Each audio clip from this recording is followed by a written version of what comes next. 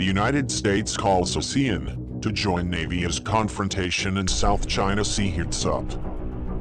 As tensions mount in the South China Sea region, Southeast Asian countries will need some fancy footwork to preserve ASEAN unity and centrality in deciding regional issues.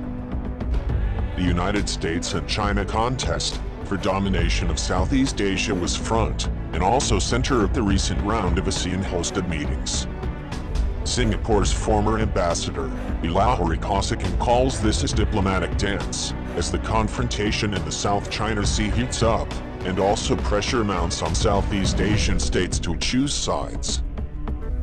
Members of the Association of Southeast Asian Nations will be quick on their feet to deal with this problem confrontation in South China Sea. However, these countries do not want to risk becoming puppets or surrogates for either larger power, as happened during the Cold War. Malaysian Foreign Minister Hishamuddin Hussein said, Southeast Asia intends to remain the master of its own destiny at the recent meetings. And the second reason from ASEAN, they do not want to lose their collective centrality in managing regional security. Moreover, their individual national interests make choosing between the United States and China difficult.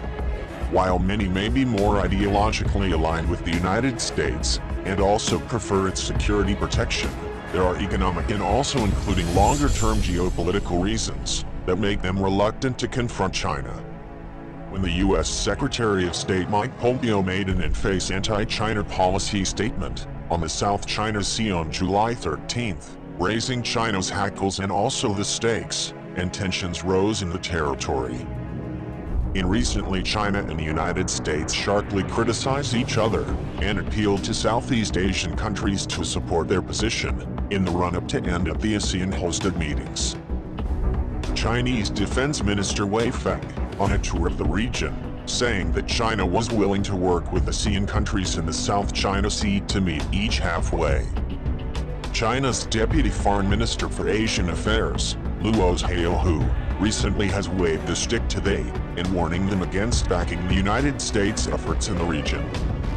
Including China's foreign minister, accused the America of being the biggest driver of militarization in the South China Sea. And then, United States Secretary of State Mike Pompeo fired back by accusing China of bullying its rival claimants and urged them to act, and also pleaded. And the problem for Southeast Asian countries is that this is only a prelude to what is to come between the United States and also China. See the contest as a win-lose struggle, and neither likes to lose. However, the United States, in its appeal to common values, and also to joining an anti-China front, is essentially it has a much shorter time frame than China for making that assessment. And so far, the United States and China have been playing relatively nicely. But this contest for regional domination is going to get more overt and also nasty, especially in the run-up to the America presidential to come election. The United States has dominated Southeast Asia since the end of World War II, with upgrade both hard and also soft power, while its hard power is still dominant and even growing.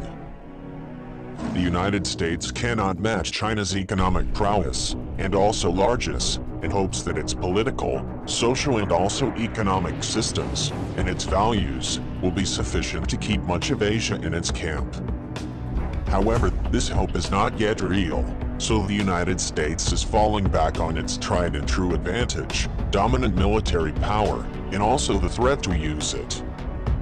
But even in this sphere, China is making rapid advances, and also including the looming specter of its eventual domination of the region, that may lead some Asian countries to choose between the United States and also China. The statements of the foreign ministers of Malaysia, and also ASEAN de facto leader Indonesia, recently indicate that they recognize the dangers. ASEAN foreign ministers responded to Mike Pompeo's July 13th statement by reaffirming their intent, aiming to maintain Southeast Asia as a region security, of peace, neutrality and also including stability in the territory.